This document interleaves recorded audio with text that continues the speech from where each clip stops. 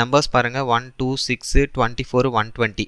அதாவது இன்க்ரீஸிங்காக தான் இருக்குது, ஏறுமுகமாக தான் இருக்குது. பட் இங்கே பாருங்கள் 24 120.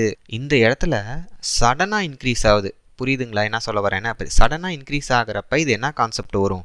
அடிஷன் வராது, மல்டிப்ளிகேஷனாக இருக்கலாம். அப்போ 24லேருந்து எப்படி 120 வரும்? ஸோ 24 5ஆல் பெருக்கி பாருங்கள். ஸோ 24 × 5 என்ன வரும்? 120. இப்போ 5ஆல் பெருக்குனா 120. இப்போ ஃபஸ்ட்லேருந்து பாருங்கள் ஃப்ரெண்ட்ஸ், 1 2 இருக்குது. ஸோ 1 2ஆல் மல்டிபிள் பண்ணால் 2 வருது. 2 6 இருக்குது. ஸோ 3ஆல் பெருக்குறாங்க. இங்கே பாருங்கள் 6 24. So 6 4s are 24. வரிசையாக இருக்கா? 2 3 4 5. அப்போ நம்ம 120 எதால் பெருக்கணும்? 6ஆல் பெருக்குனா ஆன்சர் வந்துடும். அதுதான் என்னது? 720.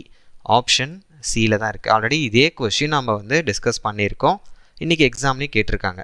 ஓகேவா? Thank you friends.